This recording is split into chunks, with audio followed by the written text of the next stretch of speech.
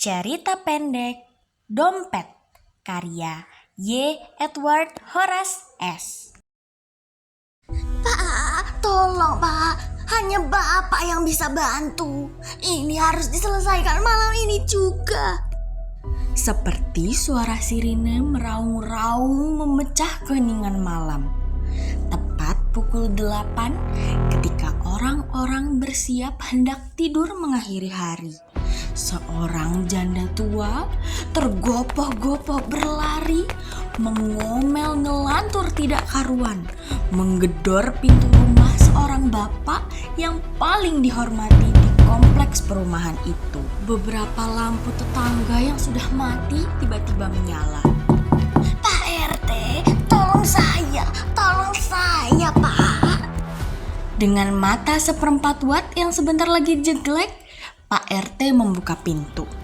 Sebagai yang diberi kepercayaan mengayomi warga dan dituakan di situ, sudah seyogyanya Pak RT tetap melayani kapanpun tanpa memandang kondisi. Ada apa Bu? Sudah malam ini. Apa yang bisa saya bantu? Ibu tidak perlu teriak-teriak seperti itu. Dompet saya hilang Pak. Apa? Dompet? Iya Pak, dompet saya hilang. Kapan hilangnya? Tadi pagi Pak, tadi pagi.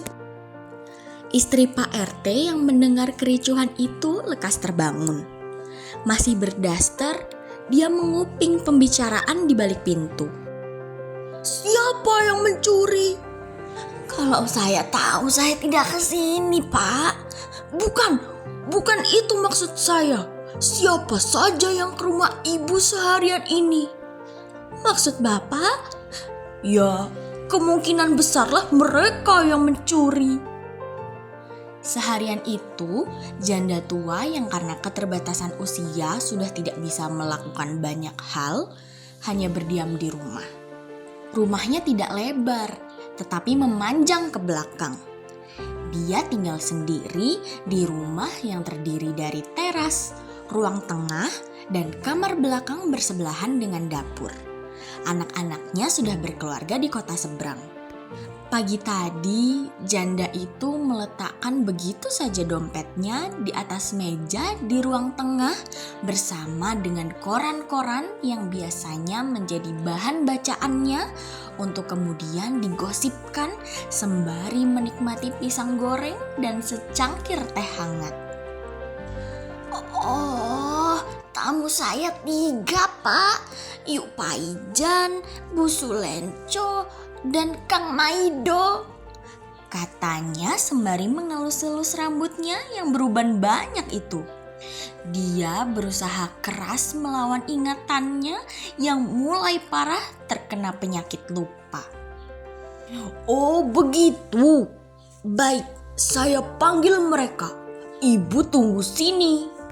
Saat pukul 9, Pak RT bersama ketiga orang itu yang juga warga kompleks perumahan sudah duduk bersebelahan di ruang tamu rumah Pak RT.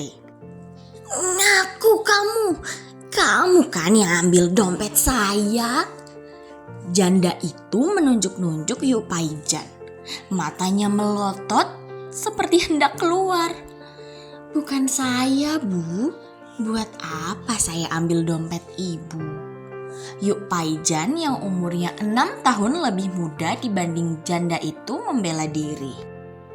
Saya akan bayar utang itu Yuk. Pasti. Kamu gak percaya? Yuk Paijan menghela napas. Sebetulnya dia geram dengan sifat janda itu yang suka berutang ketika membeli sayur darinya. Apalagi saat menawar tidak tanggung-tanggung.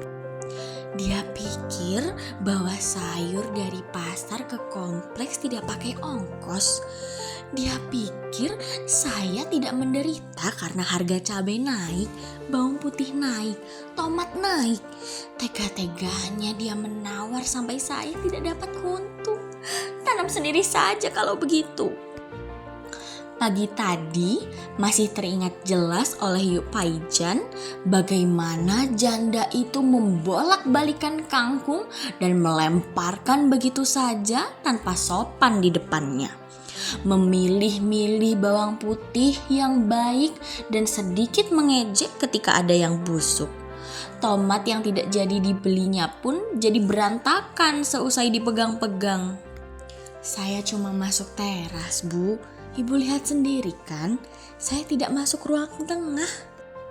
Tapi kan bisa saja Yuk Paijan masuk ketika saya ke dapur. Yuk Paijan masuk diam-diam lalu mencuri dompet saya. Astaga, Yuk Paijan mengelus dada. Dia tidak habis pikir, orang yang sudah merugikannya menuduhnya sembarangan. Apakah dia tidak berkaca dan tidak punya malu? Memang urusan dompet bisa membutakan segalanya. Atau jangan-jangan Bu Sulenco ya yang mencuri dompet saya. Ibu kan seharian di ruang tengah. Bukan saya, Bu. Benar. Suara Bu Sulenco terdengar perlahan, terbata-bata. Apa gara-gara ibu tidak suka pendapat saya mendukung Bu Narimo menjadi kepala desa? Terus ibu mengambil dompet saya? Ya ampun Bu, tega sekali ibu menuduh saya seperti itu. Bu Sulenco dengan kacamata tebalnya sudah terkenal sebagai teman bergosip janda itu. Setiap kemana saja mereka sering ditemukan berdua bak suami istri. Beberapa ibu tidak suka berkumpul dengan mereka. Apalagi janda itu menjadi tim sukses Bu Narimo sebagai kepala desa, yang nyata-nyata Bu Narimo hanyalah pendatang baru di desa itu. Dan saingannya Bu Laksono adalah adik kandung Bu Sulenco. Seharian sempat mereka bersih tegang. Biasanya mereka akan makan siang bersama seusai ngobrol. Tetapi siang itu Bu Sulenco pulang cepat-cepat ketika janda itu sedang di toilet. Mana tahu ibu ngambil saat saya di toilet. Astaga, ibu jahat sekali. Buat apa saya mencuri dompet ibu? Saya sudah kaya. Saya tidak butuh uang ibu.